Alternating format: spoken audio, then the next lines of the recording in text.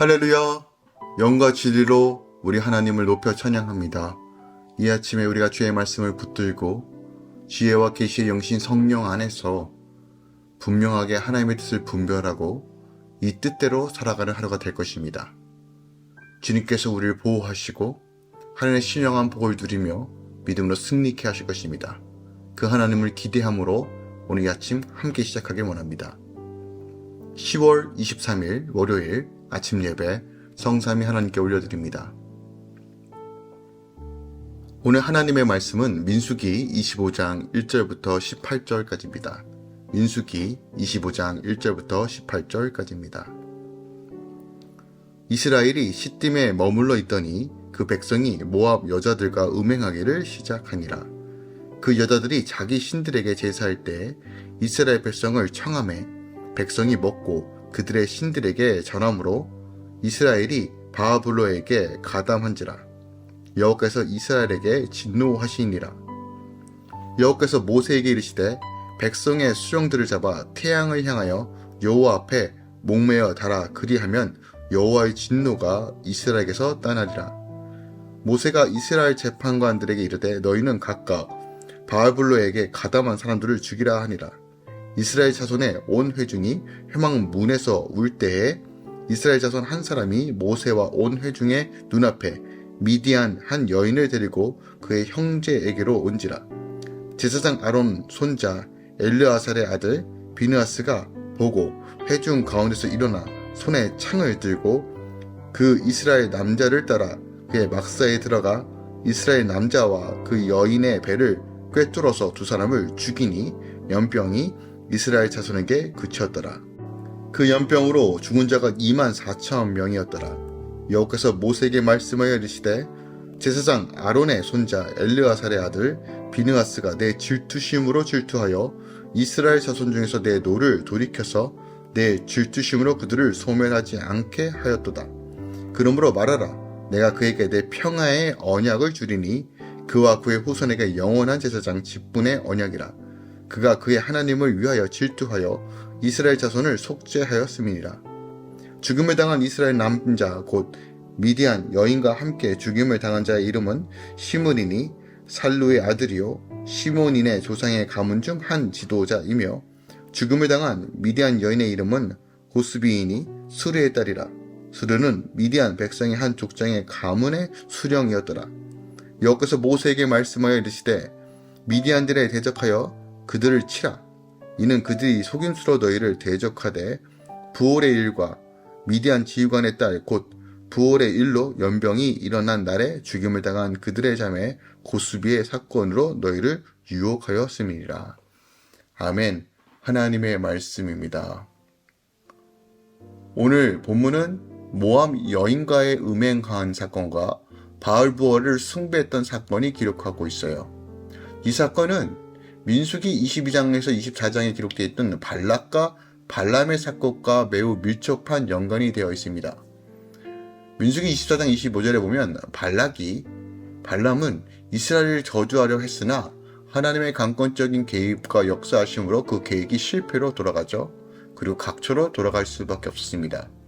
그러나 이 발람의 마음속에는 여전히 발락이 약속한 재물과 명예를 놓치고 싶지 않았던 생각으로 가득 차 있는 거다. 여전히 그것에 대한 욕망과 생각이 가득 찼어요. 그래서 발람은 발락과 헤어지기 전에 신의 힘을 빌어 하나님의 힘을 빌어 이스라엘을 저주하는 방법을 가르쳐 줍니다. 즉 그들 스스로 미혹과 유혹과 음란에 빠져서 스스로 하나님의 심판을 받을 수 있는 방식을 조언해 준 것이에요. 그것이 민수기 31장 16절에 나옵니다. 그리고 오늘 그 사건의 결과가 오늘 본문의 내용입니다. 음행과 바알불로의 숭배 사건, 즉 모함 여자를 데리고 와 음행을 저지르고 모함 여자들이 가지고 있던 그 우상을 섬기는 사건으로 인하여 이스라엘은 하나님의 진노와 심판을 받게 됩니다. 즉 발람의 관계에 넘어간 결과라는 것이에요. 이 사건을 통해서 수많은 사람들이 죽음을 당합니다. 그 숫자가 연병으로 죽은 자가 24,000명이라고 기록하고 있습니다. 즉 범죄함에 그 재해 결과가 한 사람으로부터 시작됐든 간에 이것이 공동체 전체를 뒤엎는다는 사실을 명확하게 보여주고 있습니다.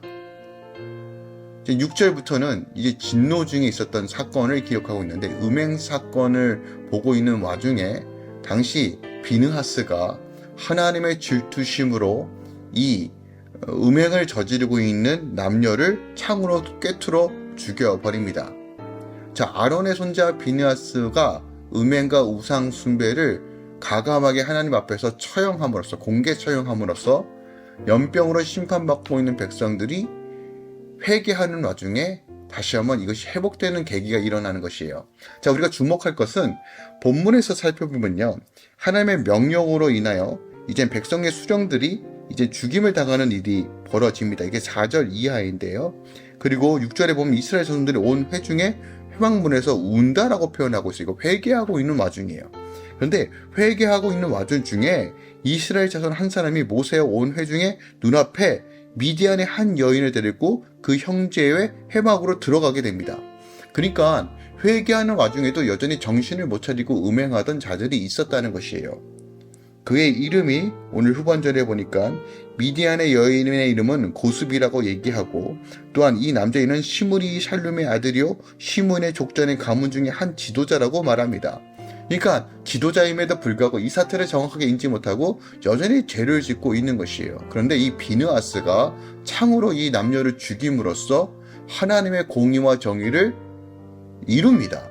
하나님은 이것을 보시고 그에게 제사장 직분의 언약을 주시는 거예요. 그의 가문의 대대 후손으로 레위인으로서 제사장 직분을 감당할 수 있도록 하나님께서 언약을 해 주십니다.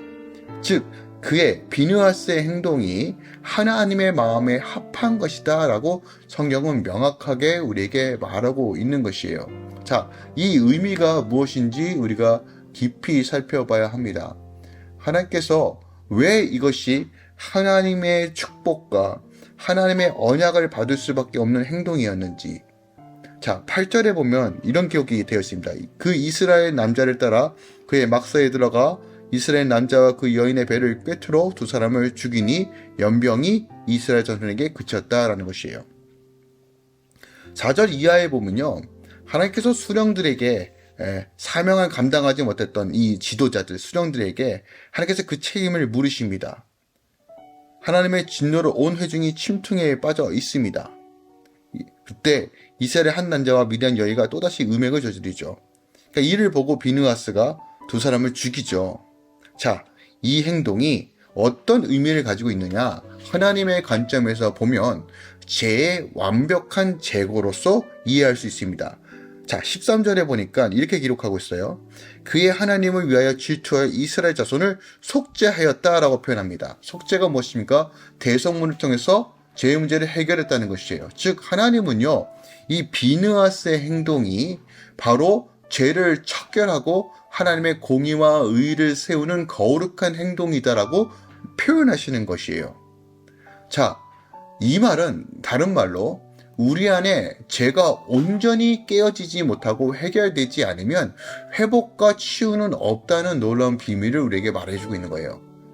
그러므로 우리 안에 늘 고민하고 기도하고 간구해야 될 내용은 내 안에 더럽고 추한 것들이 무엇인지 말씀을 통해서 늘 조명하며 하나님과 가까이 하는 삶이 회복이라는 사실을 분명히 기억하며 죄는 모양이라도 버리고 하나님께 결단하는 삶을 살 때 하나님께서 오늘 비느하스에게 주셨던 이 축복이 여전히 우리에게도 주어진다는 것이에요.